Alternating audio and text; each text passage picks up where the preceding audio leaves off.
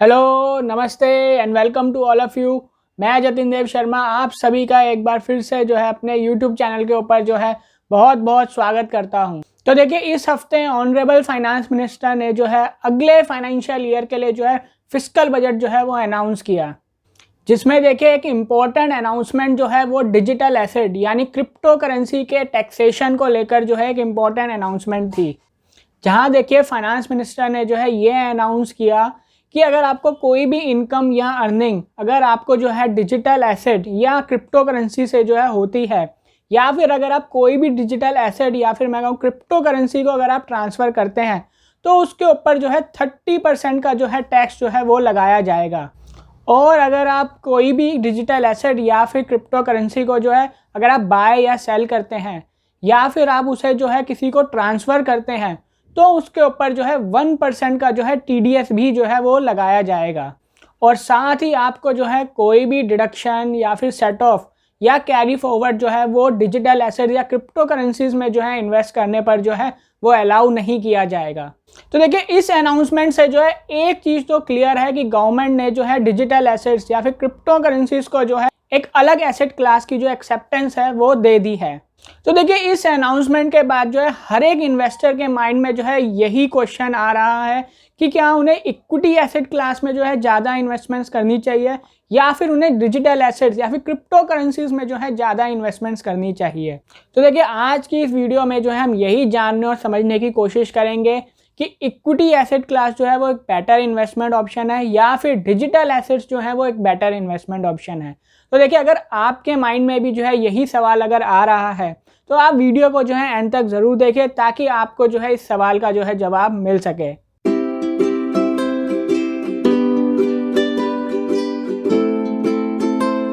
तो चलिए, अब हम जो है कुछ बातें जानने की कोशिश करते हैं इक्विटी इन्वेस्टमेंट यानी स्टॉक मार्केट इन्वेस्टमेंट और डिजिटल एसेट इन्वेस्टमेंट यानी क्रिप्टो इन्वेस्टमेंट्स के बारे में। तो देखिए, सबसे पहले हम जो है स्टॉक मार्केट्स यानी इक्विटी मार्केट्स और क्रिप्टो करेंसी का जो है मतलब समझने की जो है वो कोशिश करते हैं। तो देखिए, स्टॉक मार्केट्स जो है वो जगह है जहाँ पे कि सिक्योरिटीज यानी इक्विटी शेयर्स जो है लिस्टेड कंपनीज के जो है वो बाय और सेल किए जाते हैं मार्केट पार्टिसिपेंट्स के द्वारा, यानी बायर्स और सेलर्स के द्वारा एक रिकॉग्नाइज और एक रेगुलेटेड प्लेटफॉर्म के ऊपर यानी स्टॉक एक्सचेंजेस के ऊपर। वहीं अगर हम क्रिप्टो करेंसी की अगर हम बात करें, तो देखिए क्रिप्टो करेंसी जो है एक डिजिटल करेंसी है जो कि डिजाइन की गई है ताकि वो जो है वर्क कर सके as a medium of exchange, एक कंप्यूटर नेटवर्क के जरिए, जहाँ पे की जो ट्रांजैक्शंस है वो जो है वेरीफाइड होती हैं और रिकॉर्ड्स जो है वो मेंटेन किए जाते हैं एक डिसेंट्रलाइज सिस्टम के जरिए, जो कि किसी भी सेंट्रल अथॉरिटी यानी गवर्नमेंट या बैंक्स के द्वारा जो है वो रिलायबल नहीं होते हैं। तो देखिए, अगली ज़रूरी बात जो हमें स्टॉक मार्केट यानी इक्विटी मार्केट और डिजिटल एसेट यानी क्रिप्टो करेंसीज के बारे में जो पता होनी चाहिए वो ये है कि यहाँ हम किस में ट्रेड करते हैं। तो देखिए, अगर हम बात करें स्टॉक मार्केट्स की, तो देखिए यहाँ पर जो शेयर्स होते हैं लिस्टेड कंपनीज के यानी Reliance, ITC, HDFC bank, Hindustan Unilever और TCS जैसी कंपनीज के जो शेयर्स हैं वो जो है यहाँ पे ट्रेड किए जाते हैं रेगुलेटेड स्टॉक एक्सचेंजेस के ऊपर, यानी NSE national stock exchange and BSE यानी बॉम्बे स्टॉक एक्सचेंज के ऊपर। वहीं अगर हम बात करें डिजिटल एसेट में क्रिप्टो करेंसीज की, तो देखिए यहाँ पर जो है बिटकॉइन, इथेरियम, डॉज कॉइन जैसे जो क्रिप्टो करेंसीज हैं वो जो है ट्रेड किए जाते हैं अनरेगुलेटेड मार्केट्स में। तो देखिए, अगली जरूरी बात जो हमें पता होनी जरूरी है वो है रेगुलेटरी अथॉरिटी के बारे में। तो देखिए, स्टॉक मार्केट जो है वो रेगुलेट की जाती है securities and exchange board of India के द्वारा यानी सेबी के द्वारा, जो कि एक रेगुलेटरी बॉडी है जो कि एस्टेब्लिश की गई है सेबी एक्ट 1992 के अंदर। और देखिए, ये जो है एक प्रिंसिपल रेगुलेटर है स्टॉक एक्सचेंजेस के लिए इंडिया में। तो देखिए, वहीं अगर हम डिजिटल एसेट्स में क्रिप्टो करेंसीज की अगर हम बात करें, तो वहां पर जो है कोई भी रेगुलेटरी अथॉरिटी जो है वो एस्टेब्लिश नहीं की गई है अब तक इंडिया में जो कि उसको जो है रेगुलेट कर सके। तो देखिए अगली ज़रूरी बात जो हमें पता होनी चाहिए वो है लीगल टेंडर मनी के बारे में। तो देखिए सबसे पहले हम जो है लीगल टेंडर मनी का जो है मतलब समझने की जो है हम कोशिश करते हैं। तो देखिए लीगल टेंडर मनी जो है वो मनी है जो कि इशू और रेगुलेट किया जाता है एक रेगुलेटरी बॉडी के द्वारा। और देखिए ये मनी जो है हर किसी के द्वारा जो है वो एक्सेप्ट किया जाता है और इस मनी को जो है हम इस्तेमाल कर सकते हैं अपनी पेमेंट्स इनिशिएट करने के लिए। तो देखिए अगर हम बात करें इंडियन रुपी की, तो देखिए इंडियन रुपी जो है वो एक लीगल टेंडर मनी है जिसके ज़रिए जो है हम फाइनेंशियल मार्केट यानी इक्विटी मार्केट्स में जो है हम इन्वेस्टमेंट्स कर सकते हैं।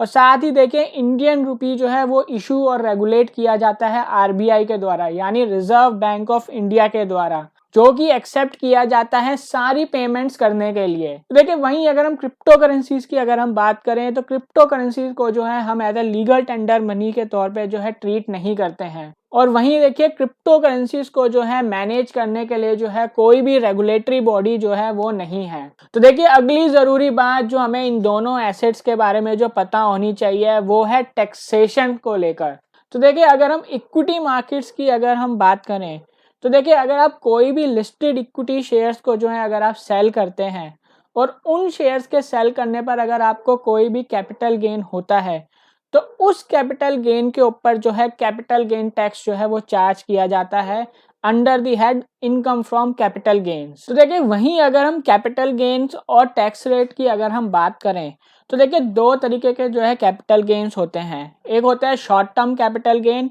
और दूसरा होता है लॉन्ग टर्म कैपिटल गेन। तो देखिए सेक्शन 111A वो हमें जो है बताता है कि शॉर्ट टर्म कैपिटल गेन्स क्या होते हैं। तो देखिए अगर हम कोई भी लिस्टेड इक्विटी शेयर्स जो है अगर हम खरीदते हैं और उन इक्विटी शेयर्स को जो है अगर हम 12 महीने के अंदर जो है अगर उन्हें बेचते हैं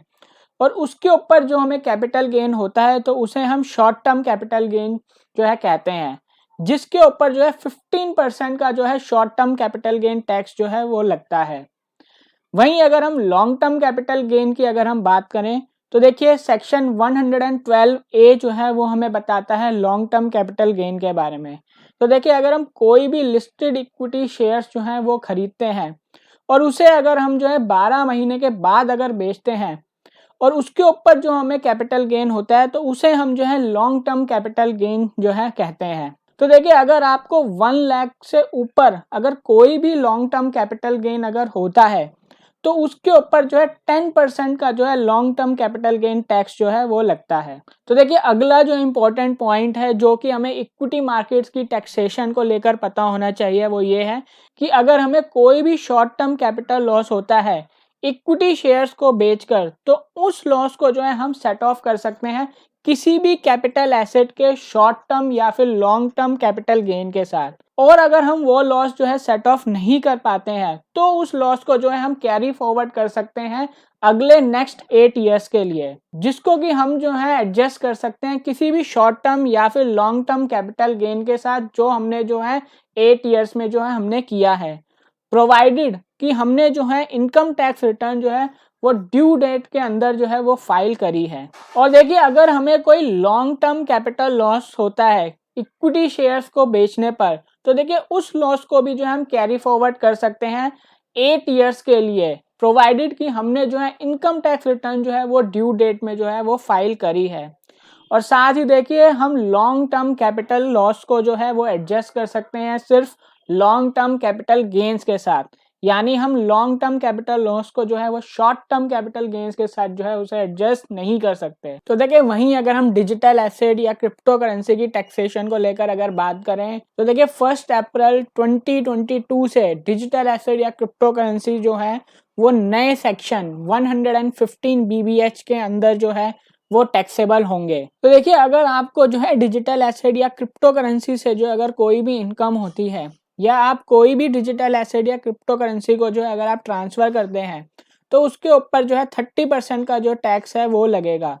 और साथ ही अगर आप डिजिटल एसेट या क्रिप्टो करेंसी के ऊपर कोई भी ट्रांजैक्शन करते हैं तो उसके ऊपर जो है 1% का जो है TDS भी जो है वो लगेगा, जिसके लिए जो है एक थ्रेशोल्ड लिमिट जो है वो प्रोवाइड की जाएगी। और देखिए आपको ना तो कोई डिडक्शंस मिलेंगी ना कोई आपको एग्जम्पशंस मिलेंगी। और अगर आपको डिजिटल एसेट या क्रिप्टो करेंसी से कोई भी लॉस अगर होता है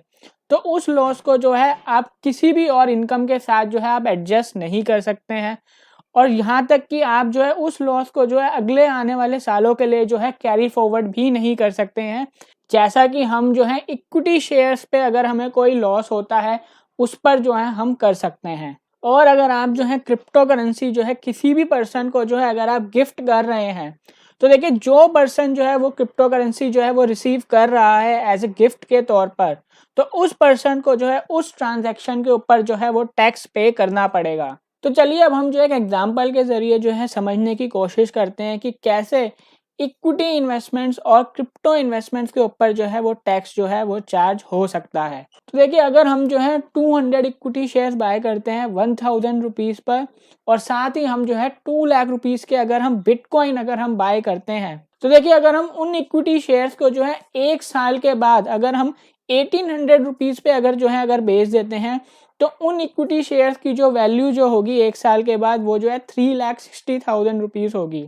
और वहीं अगर हम उन इक्विटी शेयर्स को जो है 1 साल पहले अगर हम 1500 रुपीज़ पे जो है अगर बेच देते हैं, तो उन इक्विटी शेयर्स की वैल्यू जो है वो 3 लाख रुपीज़ होगी। और साथ ही हम जो है सारे बिटकॉइन जो हैं वो जो है हम 3 लाख रुपीज़ पे जो है वो हम सेल कर देते हैं। तो देखिए अब हम कैपिटल गेन और इनकम की अगर हम बात करें, तो देखिए हमें 1,60,000 रुपीज़ का जो है एक लॉन्ग टर्म कैपिटल गेन हुआ है।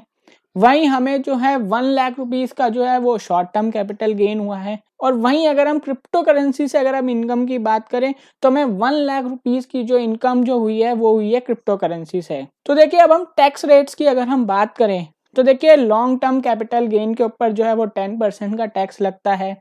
और शॉर्ट टर्म कैपिटल गेन के ऊपर जो है वो 15% का जो टैक्स जो है वो लगता है, और साथ ही क्रिप्टो करेंसी के ऊपर जो है वो 30% का टैक्स जो है वो लगता है। तो देखिए वहीं अगर हम टैक्सेबल अमाउंट की अगर हम बात करें, तो देखिए लॉन्ग टर्म कैपिटल गेन के केस में अगर हमें 1 लाख रुपीज़ से ऊपर अगर कोई भी कैपिटल गेन होता है, तो उस अमाउंट के ऊपर जो है टैक्स जो है वो चार्ज किया जाता है। तो देखिए यहाँ पर हमें जो है 60,000 रुपीज़ का जो है वो लॉन्ग टर्म कैपिटल गेन हुआ है, वहीं हमें जो है 1 लाख रुपीज़ का जो है वो शॉर्ट टर्म कैपिटल गेन हुआ है, और वहीं अगर हम क्रिप्टो करेंसी से अगर हम इनकम की बात करें, तो वो जो है हमें 1 लाख रुपीज़ की जो है हुई है। तो देखिए अब हमें टैक्स जो है वो कितना पे करना पड़ सकता है, तो देखिए 6,000 रुपीज़ का जो है हमें long term capital gain tax पे करना पड़ सकता है। वहीं हमें 15,000 रुपीज़ का जो है वो short term capital gain tax पे करना पड़ सकता है। वहीं अगर हम क्रिप्टो करेंसी की अगर हम बात करें, तो देखिए यहाँ पर ऑलमोस्ट 30,000 रुपीज़ का जो टैक्स है वो हमें पे करना पड़ सकता है, जो कि ऑलमोस्ट डबल है जो कि हम इक्विटी इन्वेस्टमेंट्स के ऊपर जो है हम टैक्स पे कर रहे हैं। तो देखिए अगर हमें टैक्सेशन के बेसिस पे अगर डिसाइड करना हो कि हमें कहाँ इन्वेस्टमेंट्स करनी चाहिए, तो देखिए हम ये क्लियरली कह सकते हैं कि हमें जो है इक्विटी मार्केट्स में जो है इन्वेस्टमेंट्स करनी चाहिए, क्योंकि वहाँ पर हमें जो है टैक्सेशन के बेनिफिट्स ज़्यादा मिलते हैं अगर हम उसे कंपेयर करें क्रिप्टो करेंसी के मुकाबले। तो देखिए आखिरी ज़रूरी बात जो हमें इन दोनों एसेट्स के बारे में जो पता होनी ज़रूरी है, वो है रिस्क एंड वॉलेटिलिटी के बारे में। तो देखिए अगर हम इक्विटी मार्केट्स की अगर हम बात करें, तो देखिए वहाँ पर हमने जो है निफ्टी 50 इंडेक्स और निफ्टी बैंक इंडेक्स को जो है हमने लिया है कंपैरिजन के लिए। और वहीं अगर हम डिजिटल एसेट या क्रिप्टो करेंसी की अगर हम बात करें, तो वहाँ हमने जो है बिटकॉइन को जो है कंसिडर किया है। तो देखिए हमने Nifty 50 index, Nifty bank index और बिटकॉइन के रिस्क और वॉलेटिलिटी को कंपेयर करने के लिए जो है हमने एवरेज ट्रू रेंज इंडिकेटर को जो है यहाँ पर जो है सेलेक्ट किया है। तो देखिए एवरेज ट्रू रेंज जो है वो हमें जो है ये बताता है कि हमें किसी भी इंडेक्स या किसी भी क्रिप्टो करेंसी में जो है कितनी मूवमेंट जो है वो हमें देखने को मिलती है डेली, वीकली और मंथली बेसिस पर। तो देखिए अगर हम निफ्टी 50 इंडेक्स की जो है एवरेज ट्रू रेंज की अगर हम बात करें, तो देखिए हमें डेली बेसिस पर जो है करंटली जो है 270 पॉइंट्स की जो है वो मूवमेंट देखने को मिलती है। वहीं अगर हम वीकली बेसिस पे अगर हम देखें, तो हमें 586 पॉइंट्स की जो है एक मूवमेंट देखने को मिलती है, और मंथली बेसिस पे जो है हमें 1047 पॉइंट्स की जो मूवमेंट जो है वो हमें निफ्टी 50 इंडेक्स में जो है हमें देखने को मिलती है। वहीं अगर हम निफ्टी बैंक इंडेक्स के जो है एवरेज ट्रू रेंज की अगर हम बात करें, तो देखिए डेली बेसिस पे जो है हमें निफ्टी बैंक इंडेक्स में जो है 759 पॉइंट्स की जो है वो एक मूवमेंट देखने को मिलती है। वहीं वीकली बेसिस पर जो है हमें 1648 पॉइंट्स की जो है मूवमेंट हमें निफ्टी बैंक इंडेक्स में देखने को मिलती है। और वहीं मंथली बेसिस पे जो है हमें 3356 पॉइंट्स की मूवमेंट जो है वो निफ्टी बैंक इंडेक्स में जो है वो हमें देखने को मिलती है। और अब जो है हम बिटकॉइन की जो है एवरेज ट्रू रेंज की अगर हम बात करें तो देखिए डेली बेसिस पर जो है बिटकॉइन में हमें 2041 पॉइंट्स की जो है मूवमेंट हमें देखने को मिलती है। वहीं वीकली बेसिस पे जो है हमें 7210 पॉइंट्स की जो है वो मूवमेंट देखने को मिलती है। और मंथली बेसिस पे जो है हमें 11,500 पॉइंट्स की जो है मूवमेंट हमें बिटकॉइन में जो है वो देखने को मिलती है। तो देखिए अब हमें अगर इन तीनों को अगर हमें जो है रिस्क और वॉलेटिलिटी के बेसिस पे अगर हम इन्हें रेट करें या मेजर करें तो देखिए निफ्टी 50 इंडेक्स जो है वो हाई वॉलेटाइल और हाई रिस्क जोन में जो है वो आता है। वहीं अगर हम निफ्टी बैंक इंडेक्स की जो है अगर बात करें तो देखिए यहाँ पर जो है हमें हायर वॉलेटिलिटी देखने को मिलती है निफ्टी 50 इंडेक्स के कंपैरिजन में। और अगर हम रिस्क की बात करें तो देखिए यहाँ हमें हायर रिस्क देखने को मिलता है निफ्टी 50 इंडेक्स के कंपैरिजन में। तो देखिए वहीं अगर हम बिटकॉइन की अगर हम बात करें तो देखिए बिटकॉइन जो है वो हाईली वॉलेटाइल है देन इक्विटी मार्केट्स, यानी बिटकॉइन जो है वो निफ्टी 50 और निफ्टी बैंक इंडेक्स से भी ज़्यादा जो है वो वॉलेटाइल है। और साथ ही देखिए बिटकॉइन जो है वो निफ्टी 50 और निफ्टी बैंक इंडेक्स दोनों से ही जो है वो हाईली रिस्की भी है। तो देखिए इस कंपैरिजन से जो है हम ये क्लियरली कह सकते हैं कि डिजिटल एसेट्स या फिर क्रिप्टो करेंसीज जो हैं वो फार मोर रिस्कियर और वॉलेटाइल हैं देन इक्विटी मार्केट्स। तो देखिए अगर आपको जो है इक्विटी मार्केट्स में इन्वेस्टमेंट्स करनी है या आपको किसी डिजिटल एसेट या क्रिप्टो करेंसीज में अगर इन्वेस्टमेंट्स करनी है तो देखिए इन्वेस्टमेंट करने से पहले ये सारी बातों के बारे में जो हमें पता होना बहुत ही ज़्यादा ज़रूरी है। अगर हमें इन सब बातों के बारे में जो है अगर आपको नहीं पता है तो मैं आपको कहूँगा कि आप इस वीडियो को ज़रूर देखिए ताकि आपको जो है इन सब बातों के बारे में जो है वो पता चल सके। तो देखिए ये थी कुछ ज़रूरी बातें इक्विटी इन्वेस्टमेंट्स के बारे में और डिजिटल एसेट्स यानी क्रिप्टो करेंसीज में इन्वेस्टमेंट्स के बारे में। तो देखिए इन सब बातों को जो है ध्यान में रखते हुए हम ये क्लियरली कह सकते हैं कि इक्विटी एसेट क्लास जो है वो फार बेटर इन्वेस्टमेंट ऑप्शन है डिजिटल एसेट्स या फिर क्रिप्टो करेंसीज इन्वेस्टमेंट्स के कंपैरिजन में। तो देखिए मैं आप लोगों को जो है यही एडवाइस करूंगा कि अगर आप जो है क्रिप्टो करेंसीज या फिर किसी भी और डिजिटल एसेट में जो है इन्वेस्ट करना चाहते हैं तो देखिए बहुत ही नेग्लिजिबल अमाउंट जो है आप इन्वेस्ट कीजिए ताकि आपके जो फाइनेंसेस हैं वो जो है डिस्टर्ब ना हो।